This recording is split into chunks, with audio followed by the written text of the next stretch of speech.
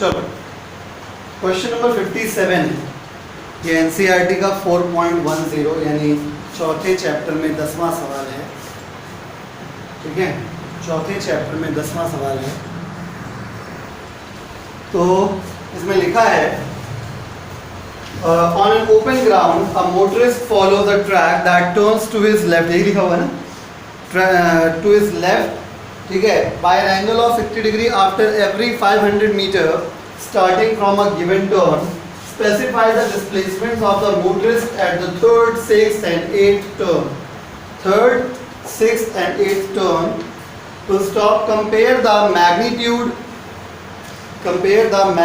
of the displacement with the total path length covered, ठीक है, by the motorist in each case. ठीक है, पहली बात तो समझना ये बहुत जरूरी है कि यहाँ पे मोटरिस्ट का जो ट्रैक है वो कैसा है। एनसीईआरटी, अच्छा बढ़िया, धन्यवाद। इतना तो हम भी समझ रहे हैं और बच्चा समझ रहा होगा। अगर सही तरीके से सोचें तो ये हेक्सागोनल पाथ बनेगा, एक हेक्सागन पाथ बनेगा। ठीक है, ऐसे ऐसे ऐसे लहरा नहीं रहा है कहीं कुछ। ठीक है, 500 मीटर चला, 500 मीटर चलने के बाद अपनी इनिशियल डायरेक्शन से 60 डिग्री घूम गया, फिर 500 मीटर चला, फिर अपनी इनिशियल डायरेक्शन से 60 डिग्री घूम गया,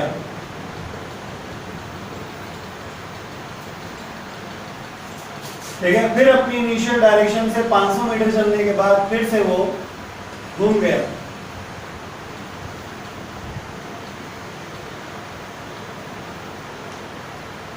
ठीक है, उसके बाद फिर से वो अपने इनिशियल डायरेक्शन से 60 डिग्री घूम गया। कितना चलने के बाद 500 मीटर। उसके बाद ऐसे इसका इनिशियल पाथ था, अपने इनिशियल पाथ से फिर से वो 60 डिग्री फिर घूम गया और 500 मीटर चलने के बाद आप नोटिस करेंगे वो फिर से वहीं आ गया। ठीक है, एक मोटरिस्ट चल रहा है, उसने ए पॉइंट से शुरू किया, 500 मीटर चल के बी पॉइंट में पहुंचा, 60 डिग्री घूम गया, फिर सी पॉइंट में पहुंचा, फिर 60 डिग्री घूम गया, फिर डी पॉइंट में पहुंचा, फिर 60 डिग्री घूम गया, फिर ई पॉइंट पहुंचा, फिर 60 डिग्री घूम गया, फिर एफ पॉइंट में पहुंचा, फिर 60 डिग्री घूम गया, फाइनली यहाँ पे आ गया। ठीक है, तो पहला टर्न कहाँ लिया था उसने, किस पॉइंट पे, बी पॉइंट पे पहला टर्न था। ये हो गया फर्स्ट टर्न, ये हो गया सेकेंड टर्न, ये हो गया थर्ड टर्न, ये हो गया फोर्थ टर्न। ठीक है, ये हो गया फिफ्थ टर्न, ये हो गया सिक्स्थ टर्न। ठीक है, ये उसके आगे चल रहा है तो सेवेंथ टर्न, और ये हो गया एट्थ टर्न। 8 टर्न तक की हमसे क्वेश्चन में बात करेगी। ठीक है, क्वेश्चन ये है, on an open ground a motorist follows a track that turns to his left by an angle of 60 degree after every 500 meters starting from a given turn. Specify the displacement of the motorist at third, sixth and eighth turn. यानी आपको displacement निकालना है third turn पे, जब वो तीसरे turn पे पहुंचा, फिर जब वो छठे टर्न पे पहुंचा, और जब वो आठवें टर्न पे पहुंचा। और आपको साथ ही साथ मैग्नीट्यूड ऑफ डिस्प्लेसमेंट को कंपेयर करना है टोटल पाथ लेंथ से। ठीक है, आसान सा सवाल था, शुरू करें। चलिए शुरू करते हैं।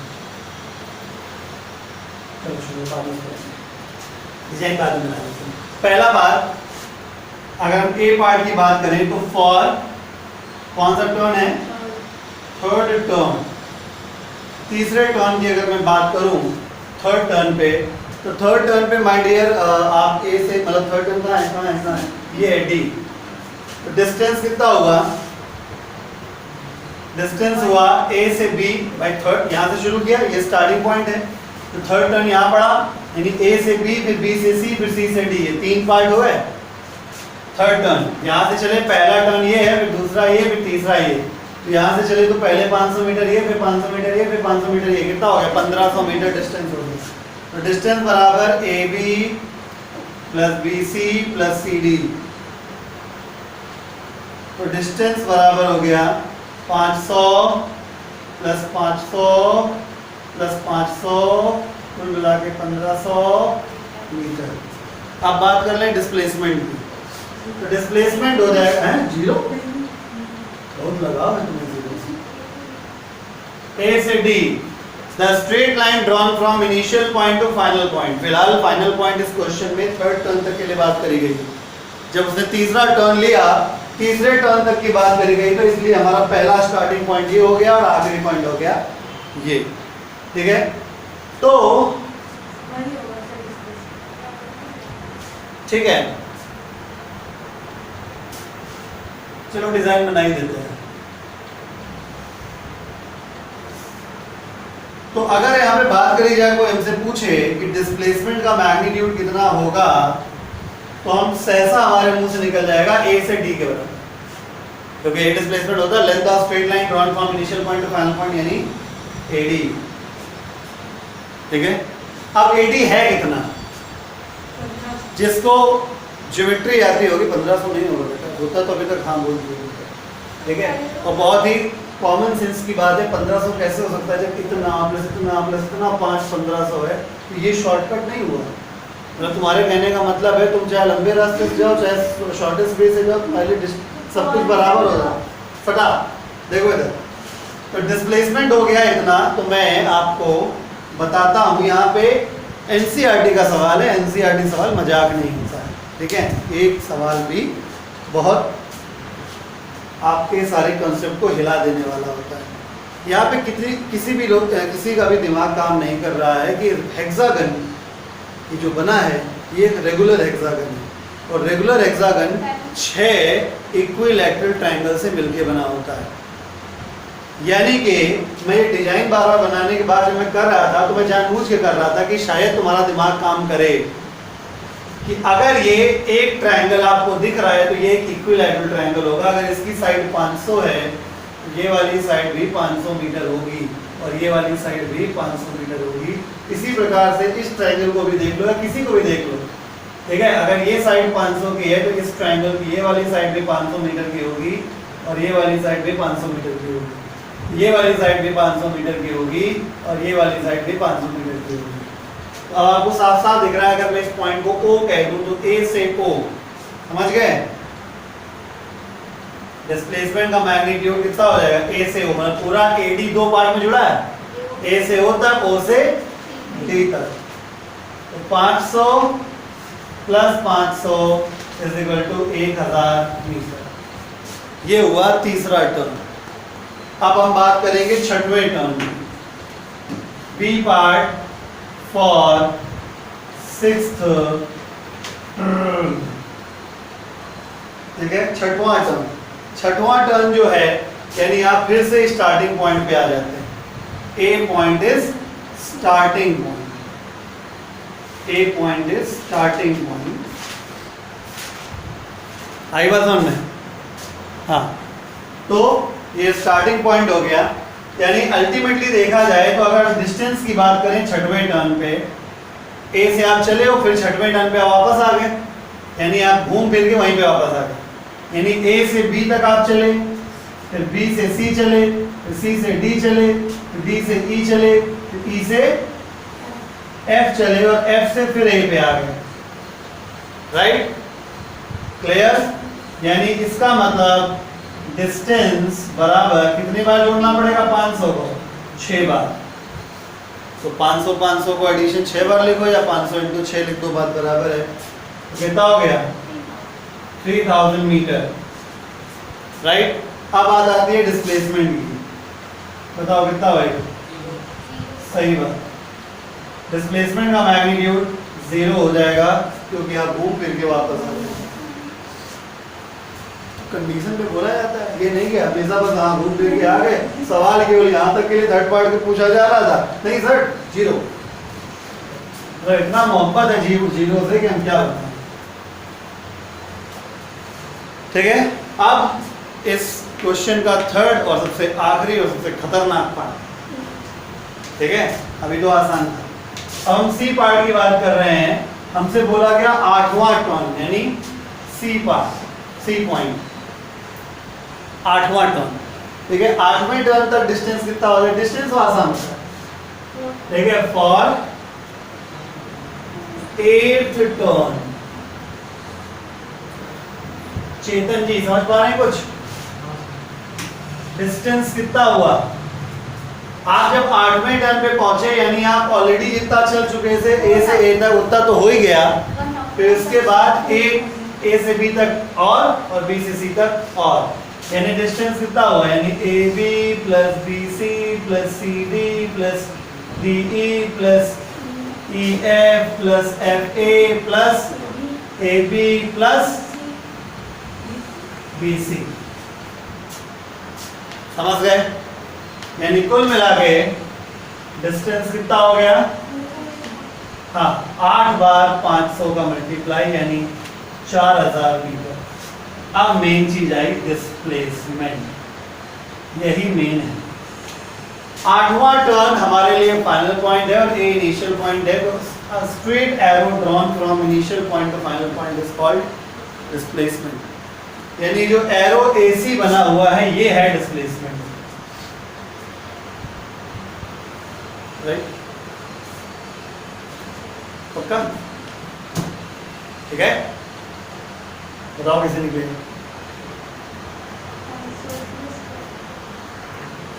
चलिए, काफी को सत्यानाश हो गया। अगर देखा जाए तो यहाँ पे सोचना ये चाहिए था, ए बी एक वेक्टर है जिसको आप अगर थोड़ी देर के लिए एक वेक्टर ए वेक्टर मान लें, तो जहाँ पे ए वेक्टर खत्म हुआ वहीं से दूसरा वेक्टर बी वेक्टर अगर मान लें इसको, तो इन दोनों वेक्टर के बीच का एंगल थीटा 60 डिग्री हो जाएगा। तो ये जो AC है ये रिजल्टेंट का काम करेगा। गलत तो नहीं कह रहे हैं? मेरे हिसाब से मैं गलत नहीं कह रहा हूँ, आपके हिसाब से लग रहा हो तो कोई बात नहीं, ठीक है। इसका मतलब ये है कि मुझे अगर AC चाहिए तो मुझे R चाहिए। यहाँ पे आप ट्रायंगल लॉ देखिए, वेक्टर पढ़ाया था आपको, जहां से एक वेक्टर खत्म हो और वहीं से अगर दूसरा वेक्टर शुरू हो जाए तो पहले वेक्टर के टेल से दूसरे वेक्टर के हेड को मिलाने वाला वेक्टर रिजल्टेंट होता है।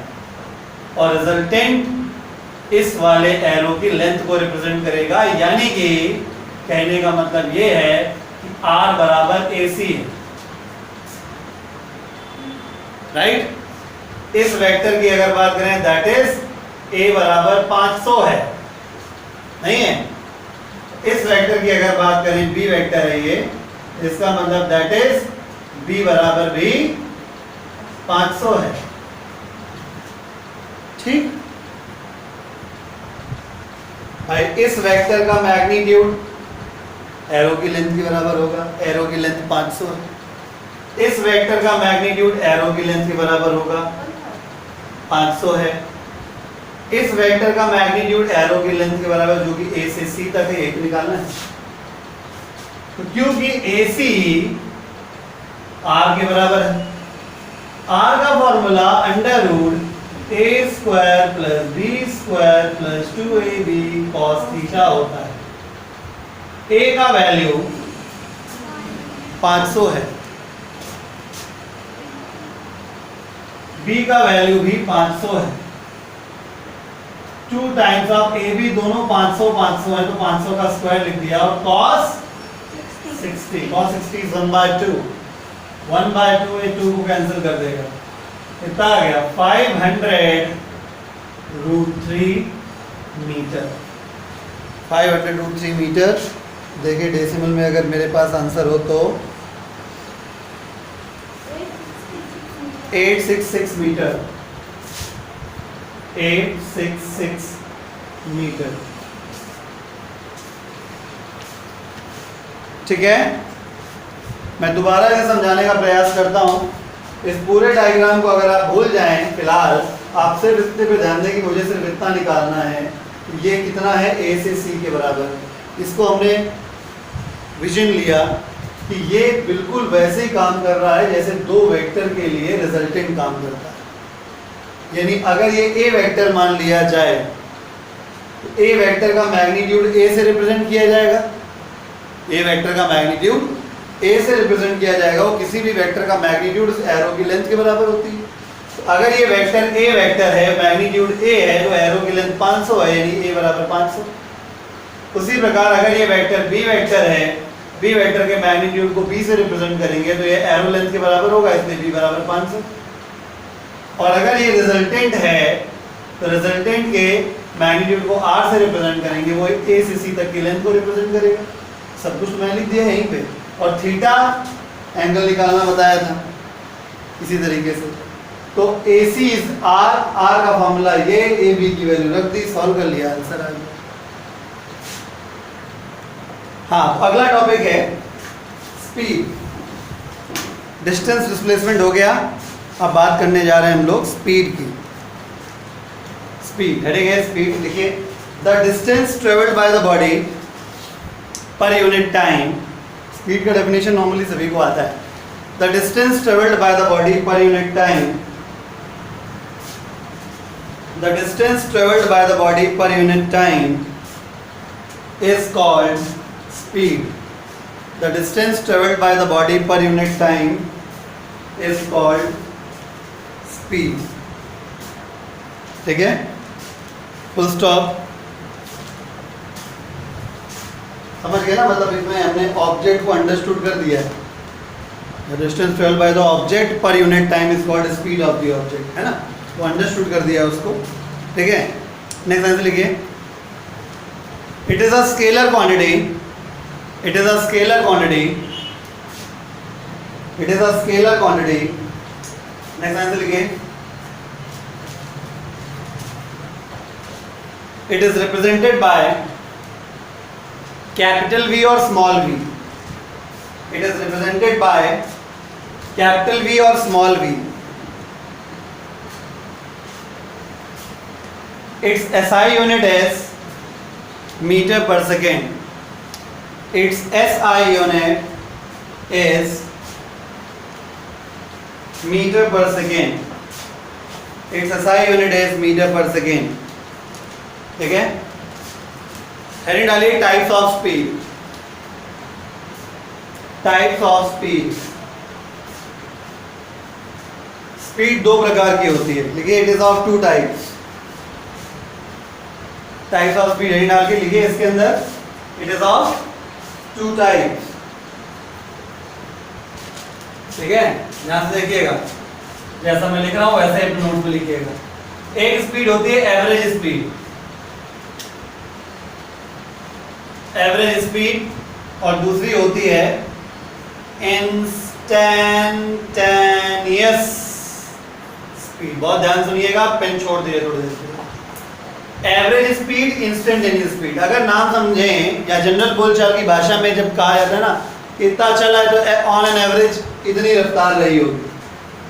ठीक है, तो कभी चलते चलते कभी रफ्तार 50 की रही होगी, 50 किलोमीटर पर आवर, कभी कभी 10 की भी रही होगी, कभी कभी रुक भी गए होंगे, कभी कभी 80 किलोमीटर पर आवर की स्पीड भी रही होगी। तो ऑन एन एवरेज कह दिया कि हम 40 किलोमीटर पर आवर की स्पीड से आए। ऑन एन एवरेज कब होता है? जब हम पूरी जर्नी की बात करते हैं या किसी पर्टिकुलर टाइम इंटरवल की। शब्दों बहुत ध्यान दीजिएगा क्योंकि यहाँ पे फॉर्मूला बदल जाएगा, सॉल्व करने का तरीका बदल जाता है, फॉर्मूला बदल जाता है, समझे? तो अगर हम आपसे ये कहें कि 4 घंटे में, या ऐसे कहें कि आपने सपोज 10 सेकेंड, चलो घंटे की बात नहीं कर, ऐसा ही सिस्टम में बात करें, आपने 10 सेकेंड में कुछ डिस्टेंस ट्रेवल किया। ठीक है, तो आपको मैंने 10 सेकेंड क्या दिया? Time interval. क्या दिया? Time interval. तो ऐसी स्थिति में जब स्पीड निकलेगी तो उसे बोलते हैं एवरेज स्पीड, राइट? अब अगर मैं आपसे कहूं कि 5वें सेकेंड में कितना चले, 5वां सेकेंड यानी कि वो पल, वो इंस्टेंट, वो क्षण, तो कौन सी स्पीड है ये? Instantaneous speed. भाई आप चल रहे थे, आपने चलना शुरू किया, 1 second, 2 second, 3 second, 4 second, 5 second, अचानक से आकाशवाणी हुई चेतन बताओ स्पीड कितनी? 5वें सेकंड। समझे? इसका मतलब उस पल तुम्हारी स्पीड क्या थी, उसको कहते हैं इंस्टेंटेनियस स्पीड। आपने 10th क्लास तक सिर्फ एवरेज स्पीड ही पढ़ा है, इंस्टेंटेनियस अभी तक नहीं पढ़ा है, वो अब पढ़ेंगे। इंस्टेंटेनियस पढ़ा है तो बस डेफिनेशन में पढ़ा होगा, ठीक है। अभी हम लोग कैलकुलेट करना भी सीखेंगे। तो एवरेज स्पीड समझ गए ना, मतलब मैं आपको जो बता दिया हूं वो मील का पत्थर है, आपको पहचान करने की आवश्यकता नहीं, क्योंकि क्वेश्चन में सिर्फ कहा जाएगा find speed. Now you have to decide which speed, average speed और इंस्टेंटेनियस स्पीड। जब आप ये डिसाइड कर लोगे कि एवरेज स्पीड निकालनी है कि इंस्टेंटेनियस स्पीड निकालनी है, जब ये डिसाइड हो जाएगा तब आएगा कि फॉर्मूला क्या होता है, एवरेज स्पीड निकालने फॉर्मूला क्या होता है और इंस्टेंटेनियस स्पीड निकालने क्या formula. Are you getting the point? ठीक है, तो मैंने क्लियर किया कि जब टाइम इंटरवल दिया हो, मैं चाहो तो मैं लिख देता हूं, if speed is calculated, if speed is calculated for a time interval, आपको खुद ही समझ में आ जाएगा क्वेश्चन में, मैंने आपको एग्जांपल भी दिया। 10 सेकंड में कितना चले वो वाली स्पीड या 10वें सेकंड में कितना चले वो वाली स्पीड। 10 सेकंड मतलब टोटल 10 सेकंड हो गए शुरुआत से आखिरी तक, तो 10वां सेकंड हो गया वो इंस्टेंट, ठीक है। If speed is calculated for is to be calculated for a time interval, instantaneous कब यूज होता है? if speed is to be calculated for a particular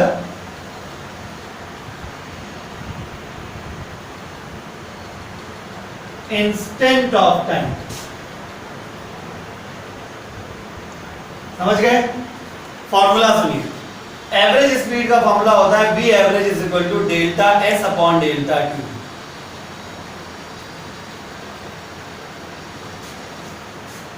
distance upon time, delta s क्या है डिस्टेंस और delta t क्या है time interval. और अगर ये इंस्टेंटेनियस निकालना पड़ जाए तो बिल्कुल थाम के बैठिएगा, d/dt fs। टेंशन होना स्वाभाविक है, यही है डिफरेंशिएशन, ठीक है, समझे? मतलब अब आपको मैं समझा रहा हूं, बहुत ध्यान समझिए। टाइम इंटरवल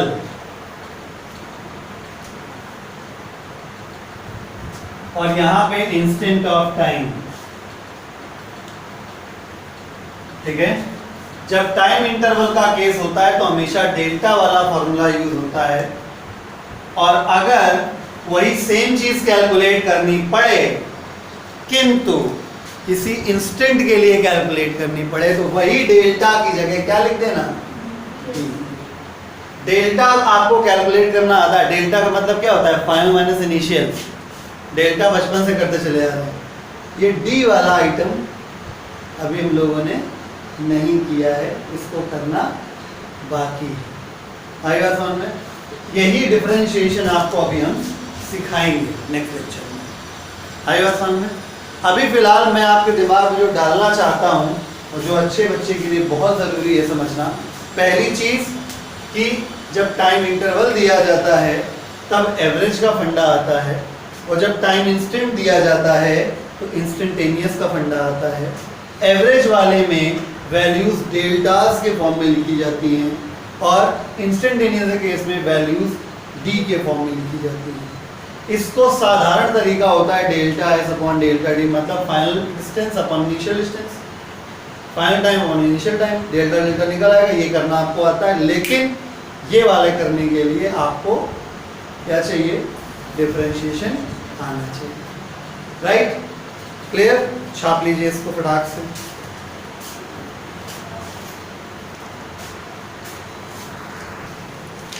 अब बात करेंगे वेलोसिटी। तो हेडिंग डालिए velocity.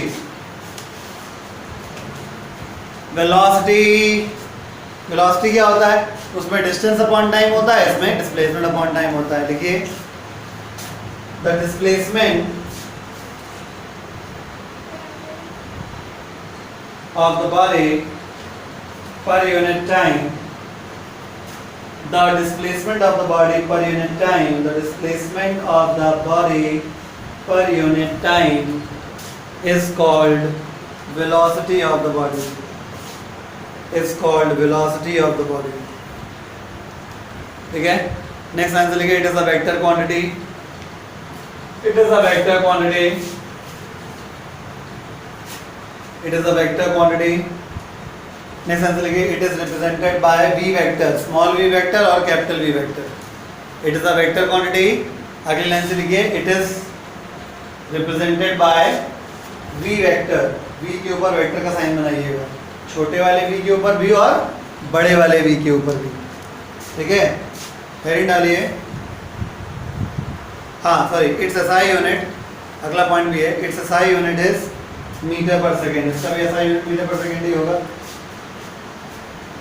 Its SI unit is meter per second। अब हेडिंग डालिए, types of velocity, types of velocity. ठीक है, देखिए, it is of two types, it is of two types.